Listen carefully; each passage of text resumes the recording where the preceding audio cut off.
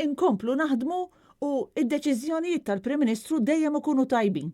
Kienu fost it-tweġibiet li tawna ministri, segretarji parlamentari u deputati tal-Gvern meta staqsejna dwar ir-rixafil fil-kabinett ta' Robert Abela u dwar jekk il-mechanisms u l-bubbles ħadmux. Inkomplu naħdmu. Jiena kull deċiżjoni li jieħu l-Prim Ministru jew jagħmel l-ewwel waħda nibbekja u t-tieni nett u t-tieni ħaġa dejjem tkun deċiżjoni tajba, even nikkonferma li dejjem tkun deċiżjoni tajba.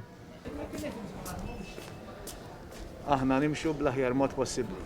Ħadd mid-deputati li tkellmu ma' Net News ma ħass li kellu jammetti li l-Ministru Owen Bonnici u Giulia Farrugia tneżżaw mill-Ministeri tal-Edukazzjoni u tat-Turiżmu rispettivament minħabba nuqqas ta' kompetenza fit-tmexxija tagħhom. Fosthom il-Ministru Aron Farrugia.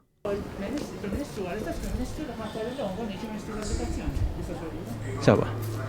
Lanqas il-Ministru ġdid fjamant Clyde Caruana, l-ex Chief of Staff Kastilja u l-lum spiċċa Ministru tal-Finanzi ma ħass li kellu jwieġeb dwar dan.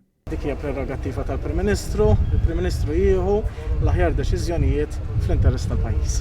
Sa dan it-tant mistoqsija għaliex il-Prim Ministru ħatar lil Owen Bonnici Ministru tal-Edukazzjoni disa' xhur ilu u issa neżżaw minn responsabilità, is-Segretarju Parlamentari għat-Tindif Pubbliku Deo De Battista għalilna hekk.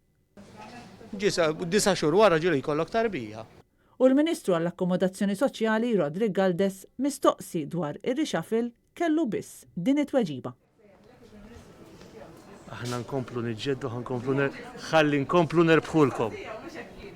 Kristina Majra għal Net News.